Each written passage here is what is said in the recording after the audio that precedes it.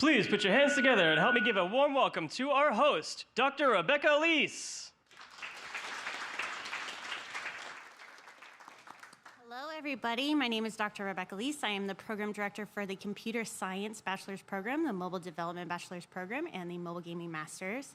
I'm going to have each one of my panelists here, the lovely, lovely panelists that we have here, introduce themselves. So why don't you guys introduce yourselves, starting with which startup you've been involved in and your role in that startup. And we're going to start with Brandy. My name is Brandy Morgan, and I own Morgan Media Group, so I'm the owner. I've also worked as a software developer at multiple startups in the Orlando area.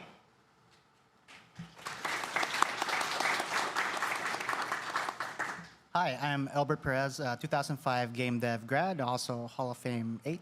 I've worked on many startups from back before the iPhone was even out to Doghead Simulations, which was on campus, and now I'm working on Stageverse, which is a virtual metaverse slash NFT slash blockchain company.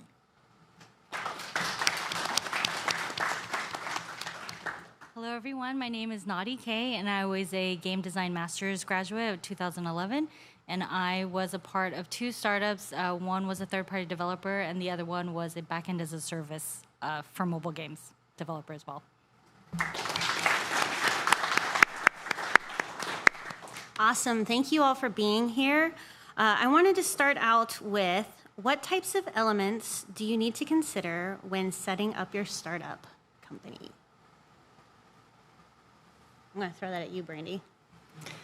So when starting a company, one of the things that I have learned, I have actually been a part of a couple companies.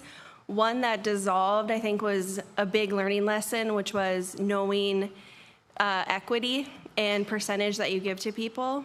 So if you do go into a partnership, be careful if it's a 50-50. I always say fight for the 1%. So do the 51-49. There's a lot of things you can kind of take with you. A lot of them is kind of Googleable, and a lot of them are kind of things that you have to learn as you kind of go along. But I would say for yourself is really taking care of yourself, because running a startup is a very demanding business. It's like god-awful amount of hours. But the thing is, you love it, and you will spend all of your time of it, but don't forget to take care of yourself and really take a break. I mean, it's gonna be there when you come back. So it's always about self-care, because as a startup, if the founder's gone, there's no startup. And really, everything kind of hinges on you.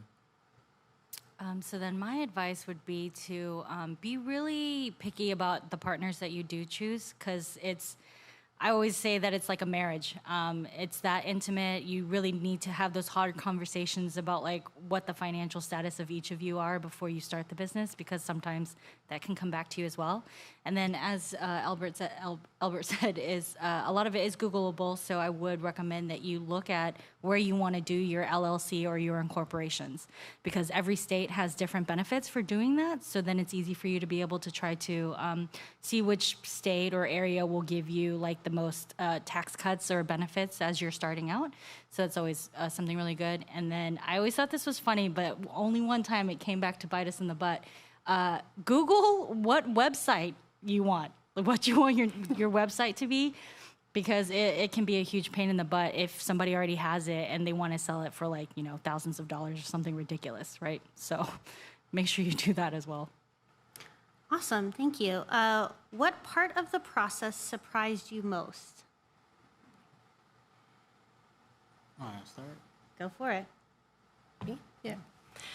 The biggest probably surprise is really just kind of getting going, getting that momentum.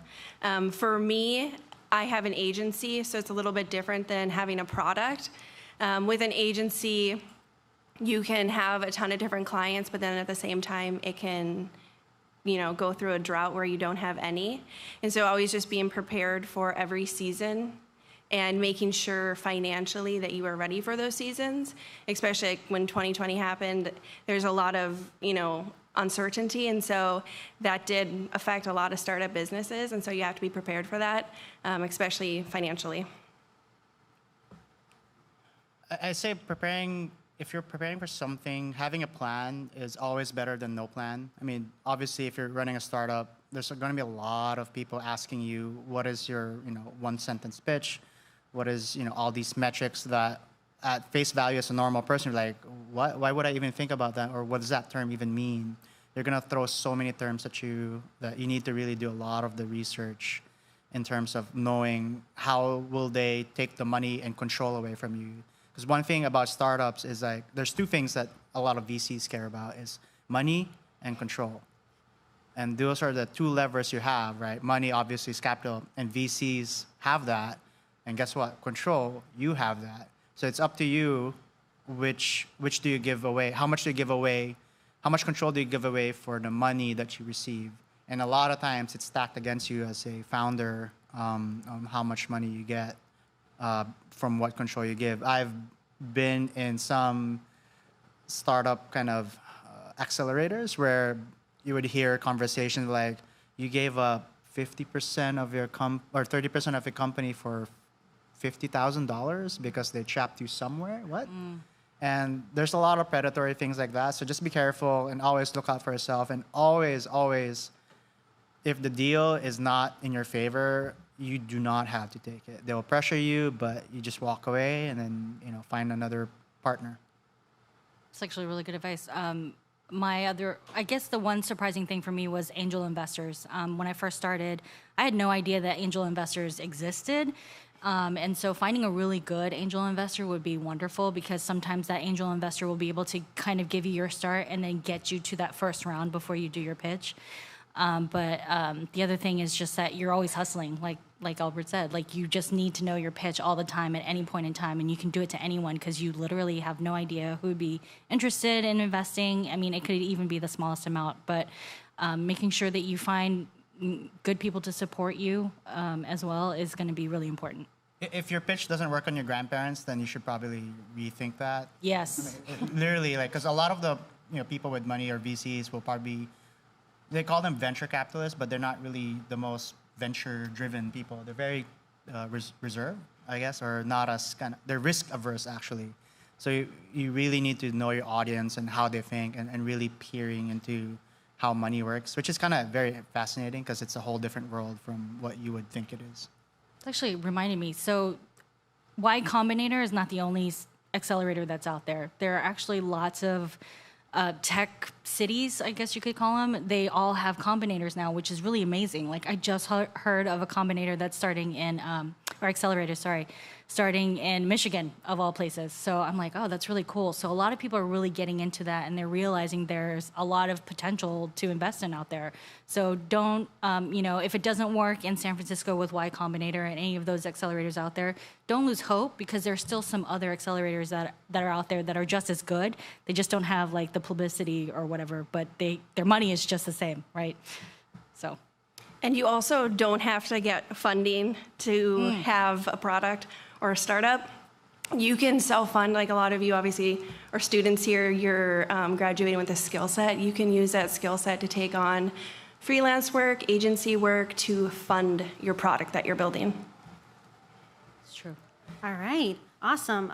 So I'm going to jump to my question now that we've talked a little bit about funding. How did you find funding? I know we talked a little bit about angel investors, venture capitalists, accelerators, and self-funding, but how did you guys find your funding, and what kinds of avenues did you use?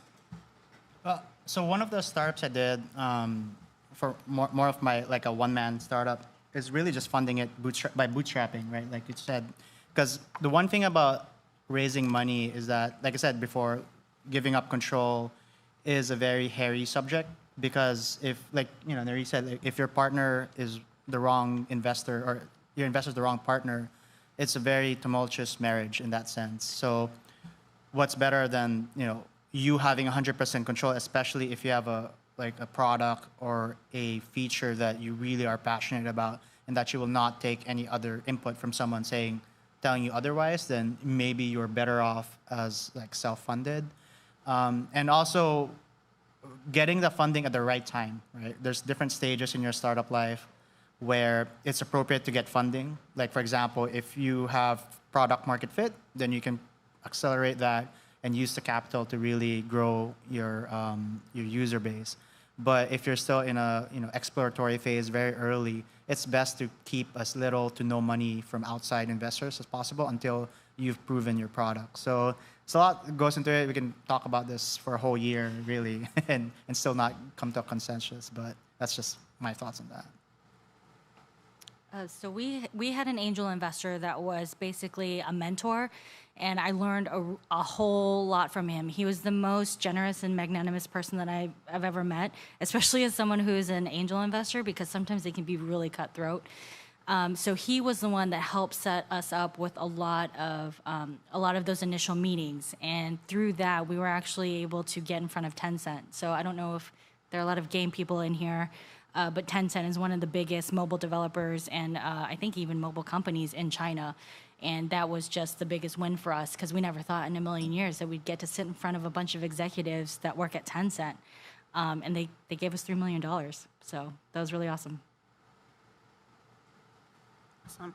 Okay, so next question is, how important is networking when starting up a company? Oh, gosh. Yeah, very important, very important. Actually, a lot of the connections that I have, I made when I was a student at Full Sail. So I graduated in 2016, and I went to every single networking event, and a lot of the people that I connected with have played an impact in my business today, whether that was introducing me to people at a company or even on LinkedIn when you see somebody that works at a company and you network virtually with that person. Networking and who you know and building actual relationships with people, authentic relationships, is really key to having a successful business. Yeah, everything Morgan said, like networking, no one will give you a lot of money or any money at all if they don't know you, right? I mean, if someone came up to you, hey, give me $1,000, like, why would I give you $1,000? Who are you, right? Think about that times 50 or times 100,000, or whatever amount is. You need to be known in the community, especially when you're raising funds. Everyone knows each other. Everyone researches each other. You'll be surprised the amount of research these investors will do to you, and you'll be surprised in what they will find. So, that's another thing, is like making sure that your social network is clean, right? Or you have a good reputation. And this networking could be a 5-year experience, could be a 2-year experience of just kind of showing up, being there, being, that person that is the go-to person for whatever product, right? If you have, for example, like a lot of serial entrepreneurs, the reason why they're serial entrepreneurs is because they built their network. They've proven to other people that they are a safe investment. Versus if you've never raised money before or you've never done a startup, guess what, right? When you see someone who's experienced versus not experienced, if you're the money person and you're risk averse, what do you pick? So always think in the shoes of that VC or if that startup that is trying to raise the money, or even just talking to other startups, right? Because as a startup, you won't have all the resources you need. You will need to work with other startups, form partnerships. And a lot of them are not money-based. They're just like, hey, we help you with this, you help us with that. And a lot of things kind of happen there, especially when you're doing combinators or accelerators. There's a lot of synergy that happens between these companies. And it's a beautiful thing because you're all suffering.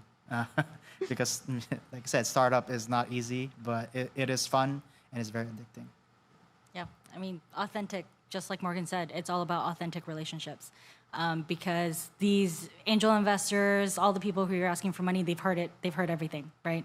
So it's just better to come at them from an authentic place instead of the pitching place or, I just need to hurry up and get this money. Because the desperation will come out. They will be able to smell it a mile away. So if you are desperate, I would say just to try to do your best to hide that, or wait maybe until you feel less desperate to approach these people, because they're all very seasoned and they can just see through it all. Yeah, and network with your lawyers. They are the most well-connected people, and they know who to talk to, and they're usually the trusted people, and they've done a lot of deals. So if you're good friends with lawyers in the VC space, they will be your best friends to a certain degree, but they're lawyers. So. All right. What has been your biggest failure and what has been your biggest success?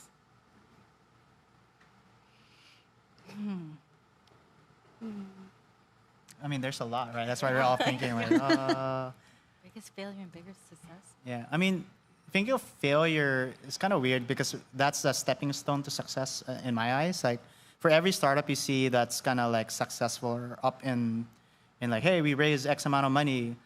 What you don't see is all the failures they've done, all the micro failures, big failures, all kinds of failures. You need to build a mountain for your successful top to show up. No one's really successful at the first go. Maybe you're really lucky, but that's not how the world works.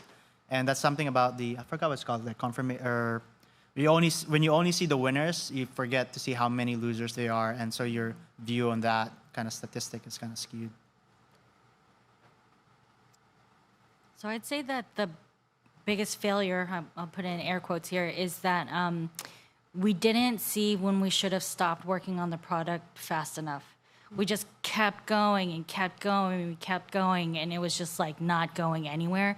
Like it wasn't growing in a beneficial way, and it was just kind of like, okay, we have this idea, we're just gonna go with it until it succeeds, but sometimes it just won't. So it's you need to have the ability to recognize it's like, okay, this idea is not so great. That's okay because I have these other ideas. So then it's time to just move on. So I saw a lot of that when we were out in San Francisco. So it's kind of good for you to be able to recognize that in yourself. That sometimes it's okay to fail, like you said. It's fail fast, right? Fail fast is going to be your best friend.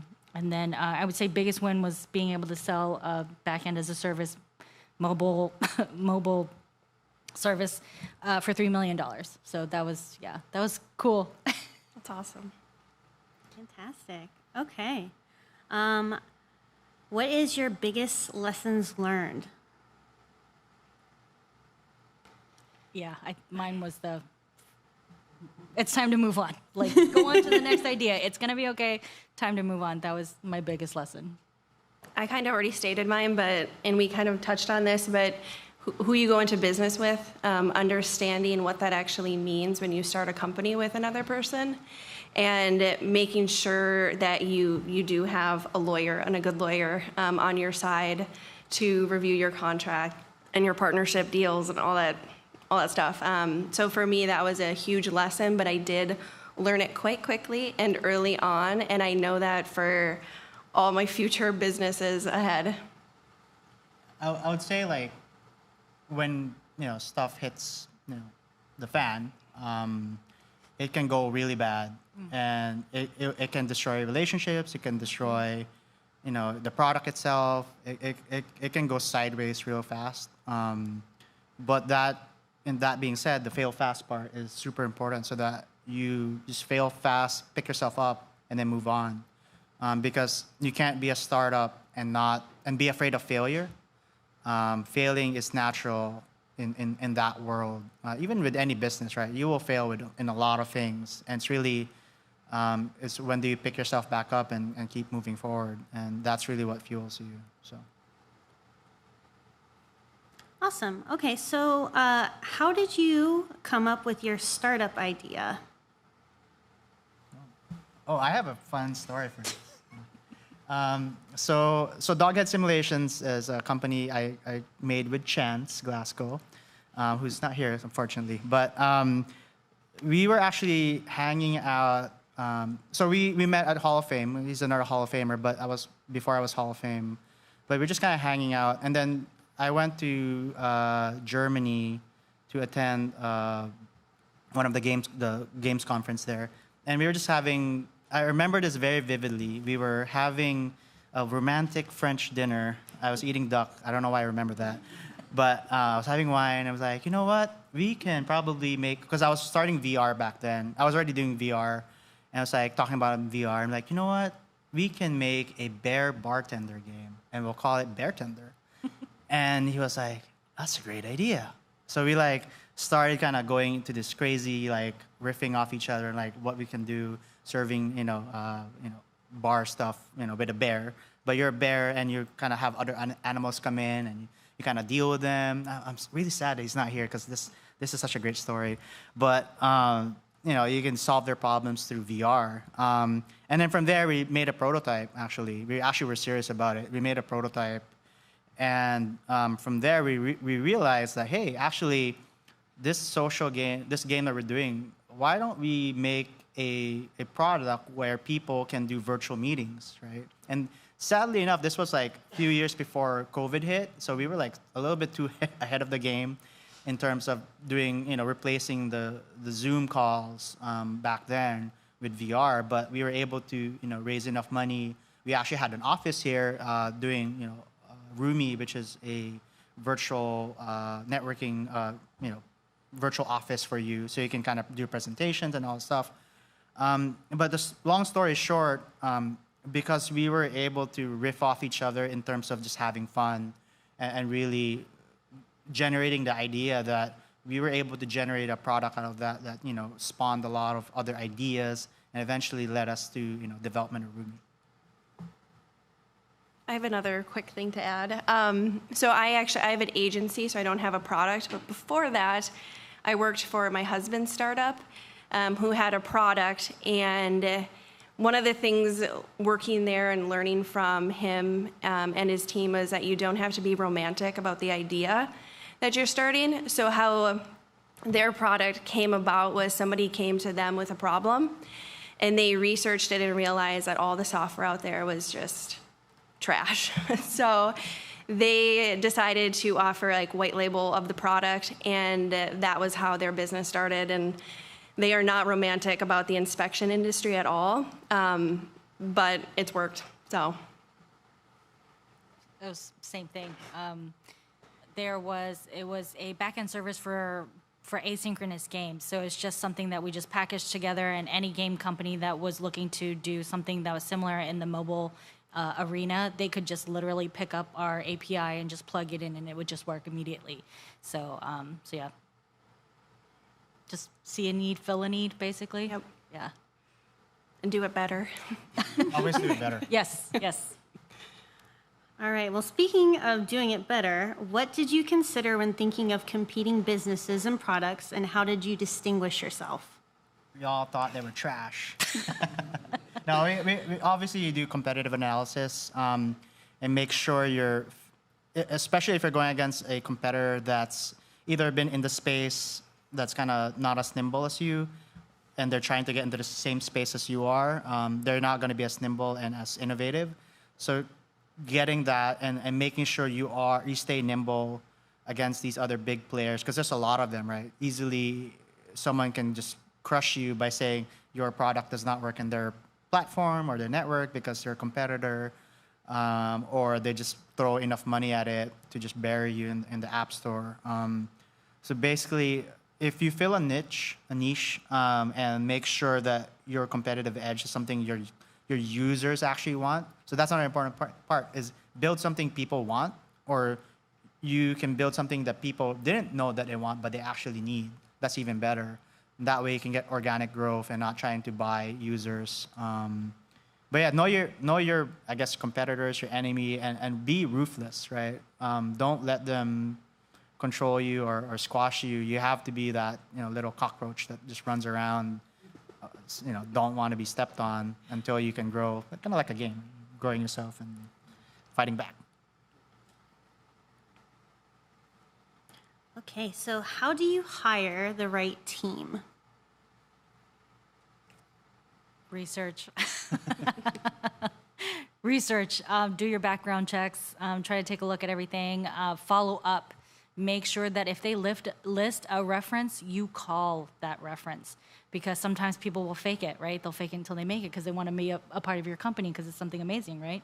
So you need to make sure that you do your follow-up and you do the research and make sure that they are people who they are who they say they are.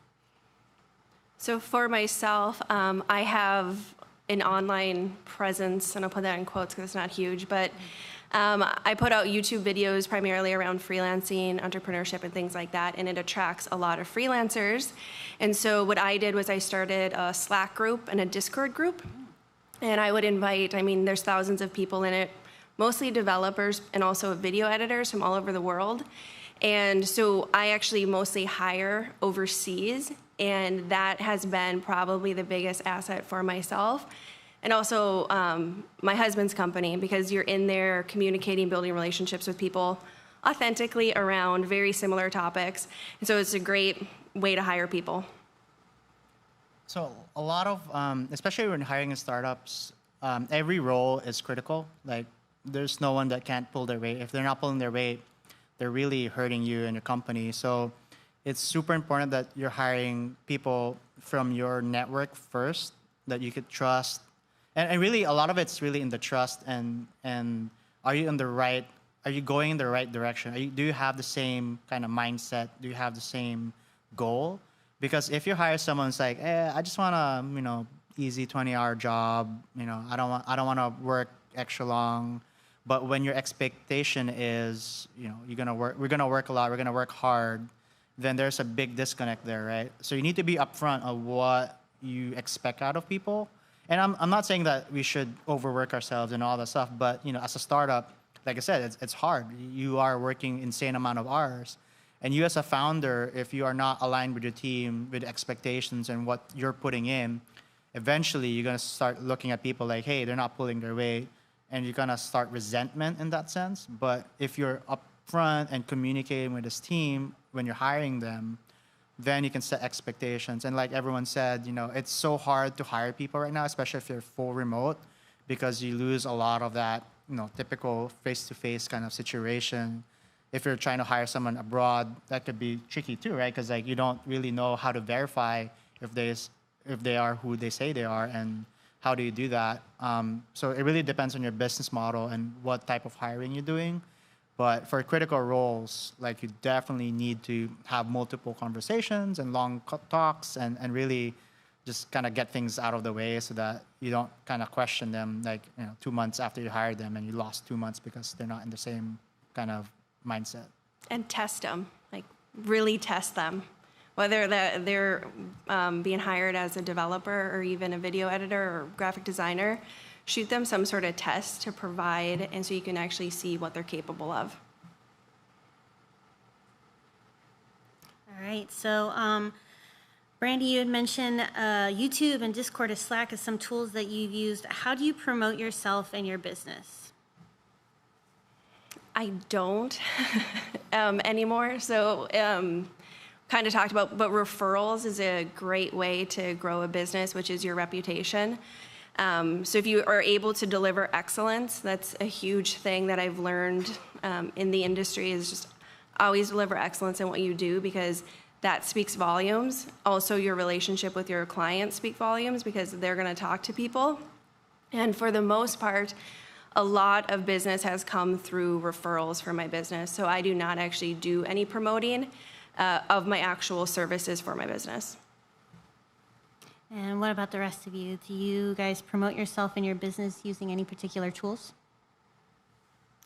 Well, being an app, it's usually your user acquisitions and things like that. So you're paying other companies to try to come in and bring traffic to your app.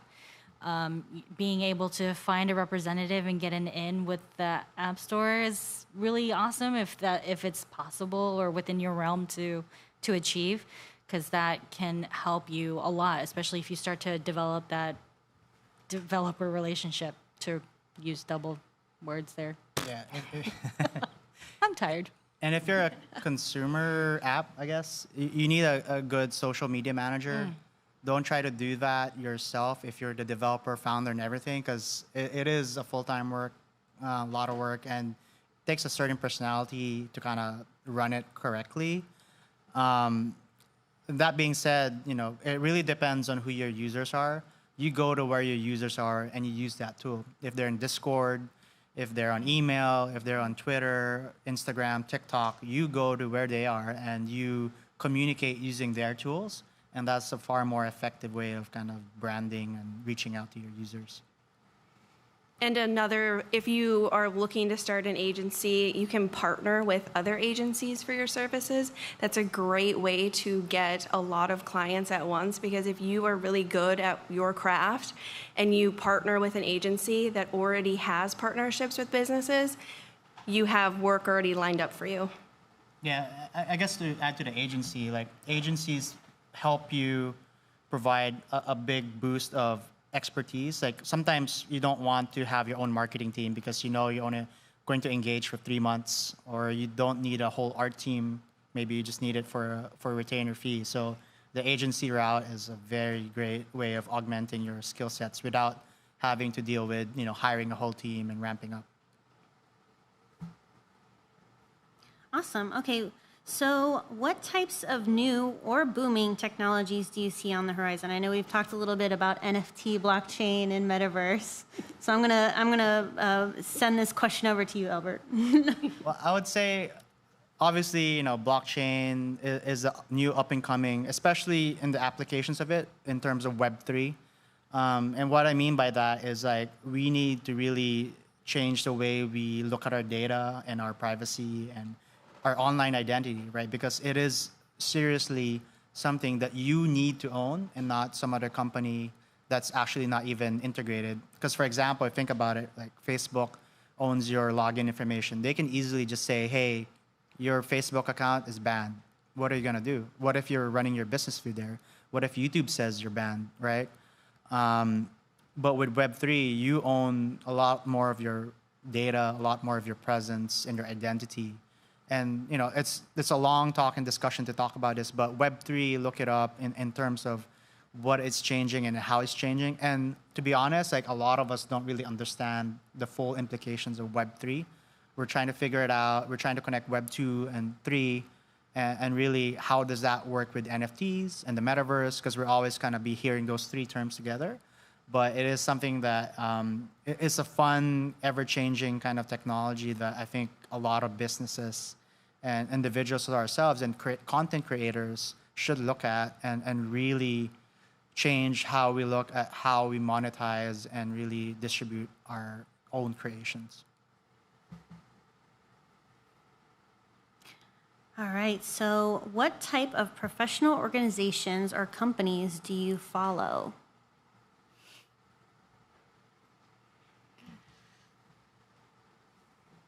Who would have thought that such a simple question would be so hard to answer?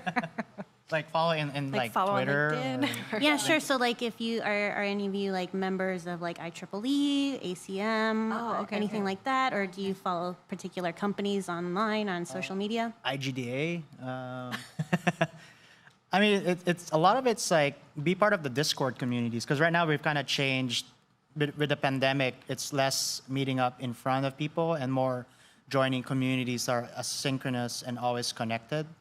And Discord has really made that easy for everyone to connect. And meetups I think is good too. So nothing is too small, because like we said earlier, networking is key to a startup. And if you're not networking, you're not helping your startup grow and thrive.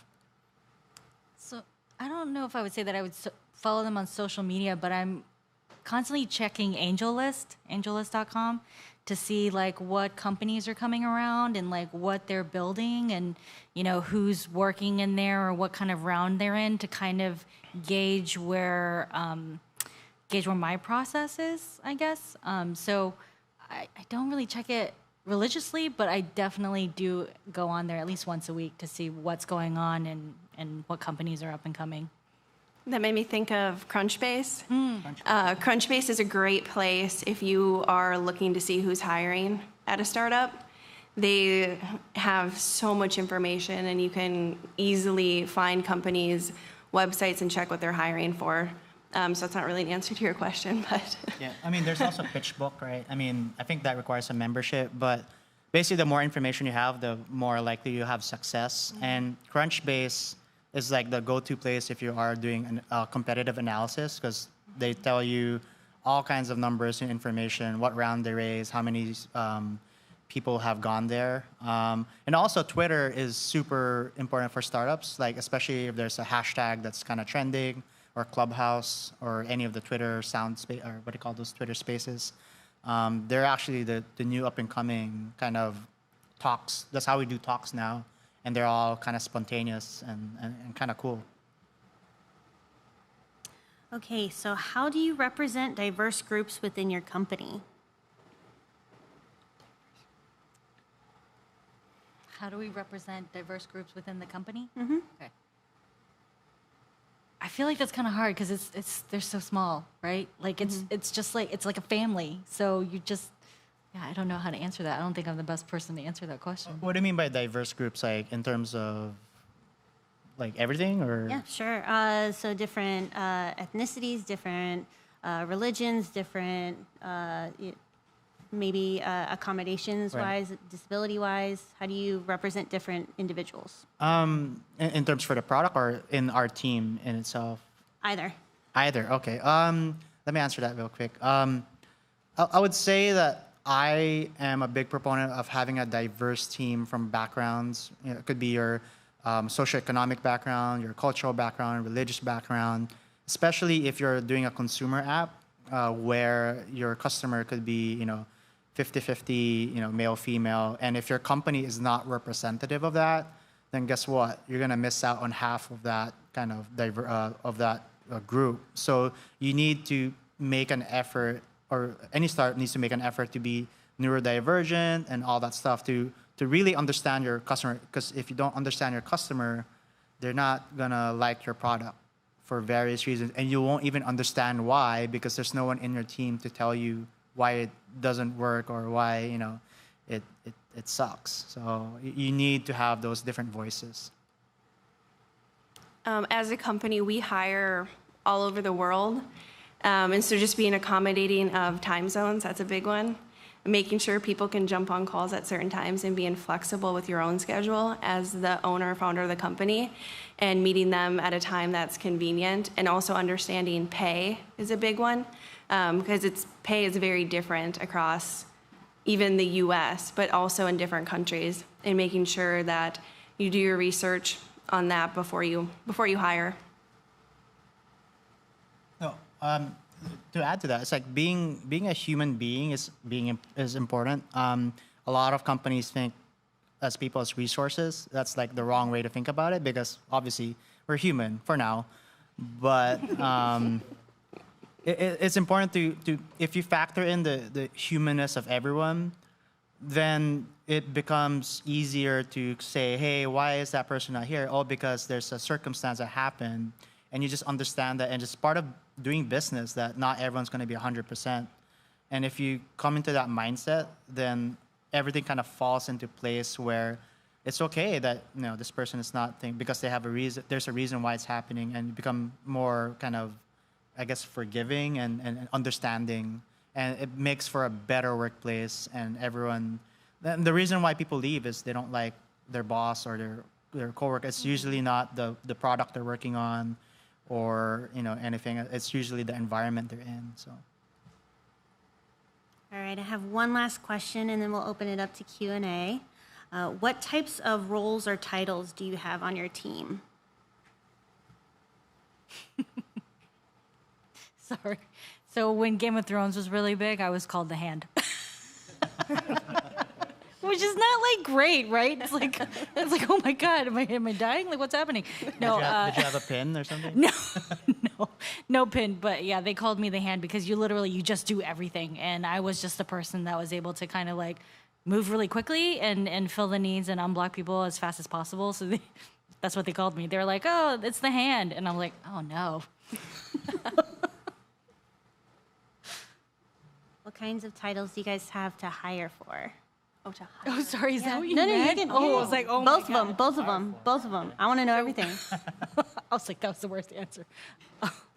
So we do a lot of video work. So we hire a lot of video editors and animators. We do a lot of videos for influencer brands. So think of like an influencer that sells merch. We create a lot of product videos for them. So having not just the editing skills, but there's also a lot of animation. And so we're always hiring good editors. I mean, for us, it's Unity developers, web developers, backend developers, animators, modelers, character modelers, environment modelers, all kinds of stuff. Depends on what's on deck and who's kind of in the pipeline, or if anyone leaves or more resources are needed. But I mean, and also in terms of seniority, we go from, junior to senior. You can't always just have senior level or mid-level because you miss out on a lot of the younger, up-and-coming talent that is pretty important to your company. If you're all just old curmudgeons, then really not going to understand your user base, especially if they trend younger.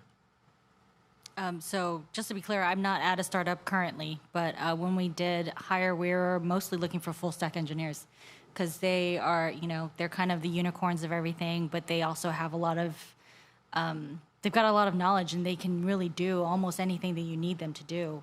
So that was always really important. And then it depended on what kind of game you're developing. So we just did 2D. So we just needed somebody that was familiar with like Unity or... Unreal? No, not Unreal. The art. Maya? Yes, Maya. Thank Maya. you. Oh my Maya. God, that's how long it's been. So yeah. All right, so I lied. I have one more question. What kind of parting advice would you give the folks here that you haven't said already? Oh, I heard that party advice. I'm like, wow. Party advice, yes. No, parting advice. Okay. Parting advice. Be kind to yourself, especially if you're doing startup. Like I said earlier, you are one person, you have one body, you have one mind. If any of those break, you're not really doing anyone, especially if you're the founder, right? You're not really doing anyone service. So take care of yourself. Always, watch what you're doing in terms of your body, exercise. Limit your hours of work. It's easy to get sucked into the work because you love it, right? We're passionate about it, but always take a break. You need it, and everyone will like you for it. For students here, give it 100%. Don't leave anything on the table when you're here. When you're learning something, take the extra time, do a bunch of tutorials, master the craft while you're a student. Get experience while you're a student. One of the best things I did was get an internship while I was a student at Full Sail, and I had a job waiting for me when I graduated. And I would tell everybody to do the same if you're able to do that. Put in the work, build good relationships with your teachers, your peers, and the other, different meetup events that you go to. Start speaking at meetup events. I know a lot of meetups do 5-minute lightning talks. That's how I got started. And that put me in front of a lot of people in the Orlando community that I was able to build relationships with, and then ended up working with a lot of them. So networking, build relationships, and just put in the work while you're here, because that's why you're here. So I would say that remember that you're the leader.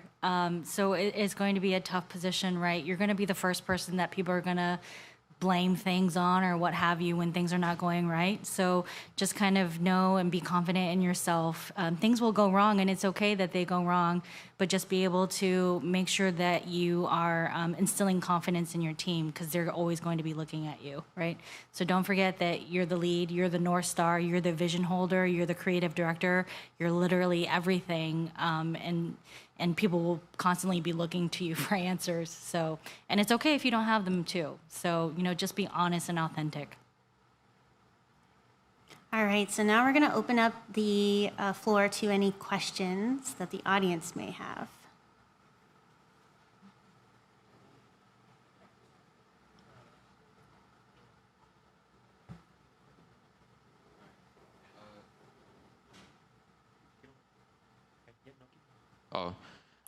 This is mainly for people who want to join startups instead of starting.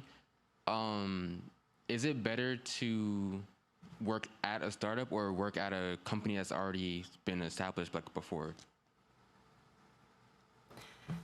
I think it just depends on, so I worked at an agency before I worked at a startup, and that was great because you're basically thrown into chaos, which I love. I thrive in chaos, and I found that out. So then going into the startup world was easy, but it was also, I became just a React Native developer at the time, and I realized that that's not what I loved, but I had to do it. We worked crazy hours trying to build an app. So it really kind of just depends on what you exactly want to do. I think a startup is really forgiving, especially to newer, greener talent, and you have the ability to touch a lot of different pieces of a product that you wouldn't necessarily get at an established company or even an agency. Thank you. Just to add to that, I was just going to say, how adventurous do you feel? Can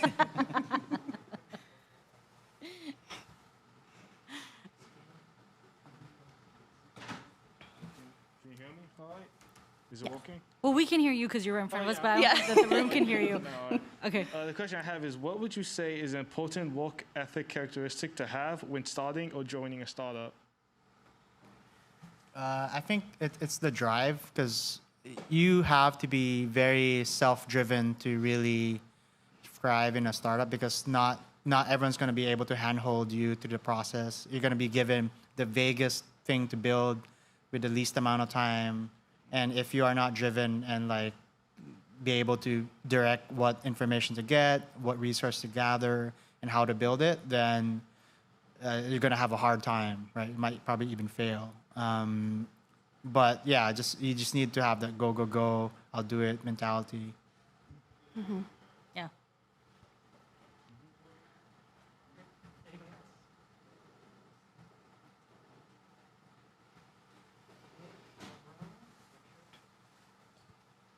So earlier you were talking about angel investors. Can you talk about more exactly what an angel investor is? Sure. Do you want to take that? No, me? Okay. All right. So it's been a very, very long time since I've been in the entrepreneurial world. But an angel investor is basically almost a silent partner. So they might not be on so if you did an AngelList page, they might not be listed because they want to remain anonymous.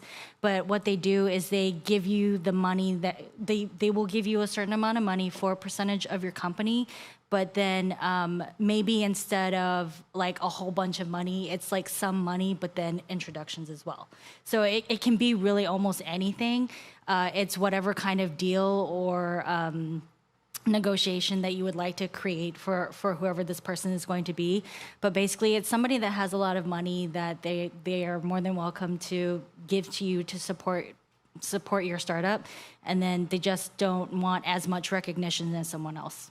But don't confuse that as they don't want a piece of your company. Yes. Thank you. Yeah, because angel investors are still investors, and like Narie says, they're on your team for the most part, and they're very early. They're typically your first investor, and they could be your uncle, could be your parents, could be someone that's close to you, and that's typically the case, like ultra rich net worth individuals, because you are super early. A lot of times you just have a concept, or you just have a little prototype that literally no one else would believe in it, because they believe in you as the team or the founder, that they're willing to invest in you, not really the product yet, because there is no product at that point. So that's typically what an angel investor, and that's why your uncle or maybe your grandma is an angel investor, because they love you. Yeah. We got our angel investor literally off of a napkin. And we told him how it was going to work, and he was like, yes. And we're like, awesome. Awesome, that's a new word.